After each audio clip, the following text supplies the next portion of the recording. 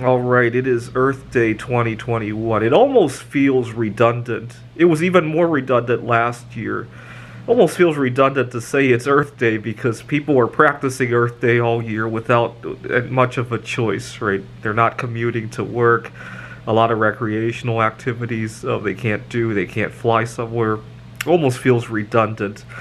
But I prefer not to call it Earth Day because more and more we are polluting beyond our own planet, right? Space junk.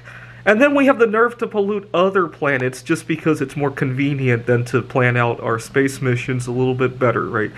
So 4 years ago we crashed a bunch of plutonium into the atmosphere of Saturn. I don't think that was the best idea. Later this year we might have to crash another spacecraft into Jupiter. Fortunately, Juno doesn't have any plutonium on board.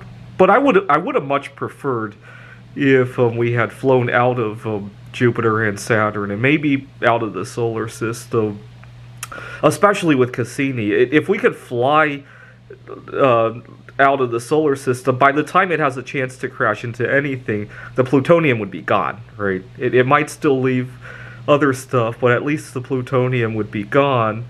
Unfortunately, a lot of satellites around Earth also burn up in the atmosphere and leave behind God knows what, right? So it's no longer an Earth Day anymore, right? It's a Milky Way day for me because fortunately we don't have we're not capable of polluting beyond the Milky Way yet, right? And we'll never be capable of polluting beyond Andromeda because space expands faster than the speed of light beyond that. But anyways, today I'm going to be fasting again. And this fast, the theme of this fast is going to be about the environmental impact of over-consuming food. So as I'm recording this, our population is about 7.8 billion, and we produce enough food for 12 billion people. The problem is that, see, a lot of people will say that a lot of the food gets wasted, but I think a lot of it also gets overeaten by people. And that's the theme of this fast, is to stop doing that. Now, more people die from overnutrition than undernutrition. I can probably find that out as I speak. Let's see.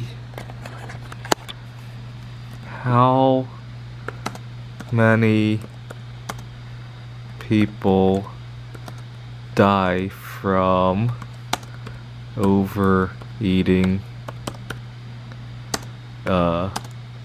year? And remember, we locked down the globe over what? 1 million deaths a year? And we can compare that to the United Nations estimated last year 25,000 people still die of hunger daily, but the number of people who die from overeating is much more, right? Now, hunger, some people don't have control over, right? But overeating, definitely you have a lot of control over, right? 25,000 times 365. I know more people are dying from eating too much. I don't know the exact number, but we'll take the number of people who are dying of starvation. 25,000 times 365, and we get 9 million. We get 9 million people who die from undernutrition, and more than that die from having too much to eat. See, I don't hear too many cries about we need to have curfews on grocery stores and restaurants so people can't go out and eat themselves to death. I don't hear too many cries about that, right? Now, the argument people will make is that the other reason we locked down was contagious. This one is not, right? But I disagree with that. People are influenced by what's around them, right? I know personally from myself fasting that I get influenced by those by others around me a lot more than I care to admit, right?